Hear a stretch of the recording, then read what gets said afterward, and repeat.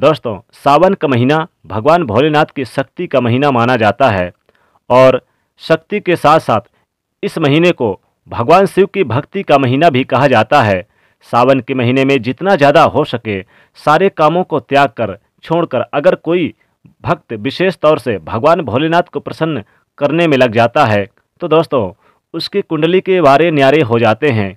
साक्षात भोलेनाथ उसके जीवन में प्रवेश कर जाते हैं और भोलेनाथ का उसके घर में आगमन हो जाता है। इसी वजह से दोस्तों सावन का विशेष महत्व रहता है। इसी तरह से सावन के बारे में बताया जाता है कि जिस प्रकार आप अच्छे कार्य करके भोलेनाथ को प्रसन्न कर सकते हैं, तो दूसरी चीज़ है कि सावन के महीने में कुछ चीज़ें करने के बारे में मनाही की जाती है। इन चीज़ों का अगर आप सावन के महीने में पालन करते हैं तो परिवार में खुशियाँ रहती है, अन्यथा आपको दुख की प्राप्ति हो जाती है। तो दोस्तों आज हम आपको बताने वाले हैं कि कितना भी ज़रूरी क्यों ना हो, कोई आपसे इन चीज़ों को उधार मांगे तो सावन के महीने में भूलकर भी ये 4 चीज़ें किसी को ना दें, अन्यथा आपके परिवार में कंगाली देखने को मिल सकती है। और दोस्तों आगे बढ़ने से पहले आपसे रिक्वेस्ट करते हैं कि वीडियो को लाइक करके इसे दोस्तों को भी ज़्यादा से ज़्यादा शेयर अवश्य करिएगा और कमेंट में लिखिएगा हर हर महादेव। अब दोस्तों क्या होता है कि आज के समय में उधार देना या लेना हर व्यक्ति के जीवन में ज़रूरी हो जाता है।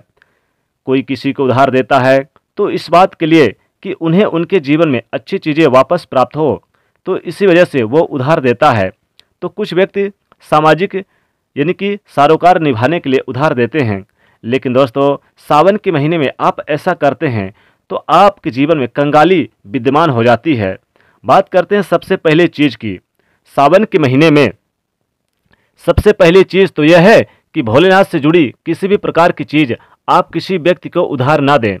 जैसे कि भोलेनाथ से जुड़ा किसी भी प्रकार का फल, भोलेनाथ से जुड़ा किसी प्रकार का वस्त्र और भोलेनाथ से जुड़ी पूजा की सामग्री आप भूलकर भी किसी को उधार या दान के तौर पर ना दें, क्योंकि माना जाता है कि अगर आप इस प्रकार की सामग्री दूसरे व्यक्ति को देते हैं तो दोस्तों आपके घर से भोलेनाथ दूसरों के घर चले जाते हैं और आपको वो प्राप्त नहीं हो पाता जो भोलेनाथ आपके लिए करने वाले होते हैं।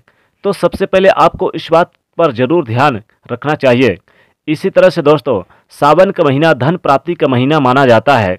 भोलेनाथ साक्षात आपके घर के अंदर आगमन करने के लिए आते हैं, तो इस बात का आपको ध्यान जरूर रखना चाहिए कि सावन के महीने में भूलकर भी कोई व्यक्ति आपसे धन उधार मांगने के लिए आता है तो आपको उसे उधार के रूप में पैसे नहीं देने चाहिए और सावन में आपको किसी को अन्य व्यक्ति से उधार भी नहीं लेना चाहिए।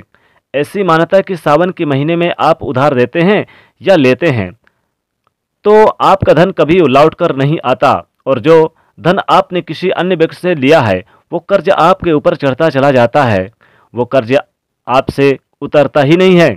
इसी वजह से ऐसा करने से मनाही की जाती है। इसी तरह से दोस्तों सावन का महीना भगवान भोलेनाथ को दूध अभिषेक करने का, भगवान भोलेनाथ को दही अभिषेक करने का महीना भी माना जाता है। सावन के महीने में जितना हो सके दूध से जलाभिषेक करें और दही भी लेप करें और भगवान को सफ़ेद चीज़ें चढ़ाई जाती है। लेकिन दोस्तों इस बात का ध्यान रखें कि सावन के महीने में अगर भोलेनाथ को चढ़ाने के अलावा कोई व्यक्ति सुबह सुबह के समय आपसे दूध दही या फिर छाछ या फिर संध्या काल में उधार मांगने के लिए आए, तो ऐसे ही मांगने के लिए आ जाता है तो आपको भूल कर भी किसी अन्य व्यक्ति को ये चीज़ें नहीं देनी चाहिए। अगर आप ऐसा करते हैं तो समझ लीजिए कि आपके घर की लक्ष्मी दूसरों के घर चली जाती है और साथ ही भगवान भोलेनाथ के क्रोध का भी सामना करना पड़ता है। इसी तरह से वो आपका साथ भी छोड़ सकते हैं।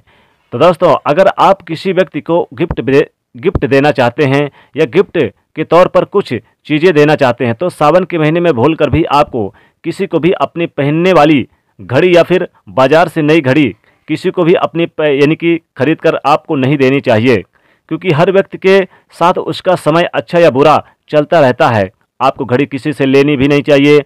अगर किसी व्यक्ति का समय अच्छा है या आपका भी समय अच्छा चल रहा और अगर किसी अन्य व्यक्ति को अपना समय दे देते हैं तो दोस्तों आपको आने वाले समय में इस यानी कुछ ही समय के अंदर इसके परिणाम देखने को नहीं मिलते हैं और अच्छे समय का परिणाम दूसरों के घर चला जाता है।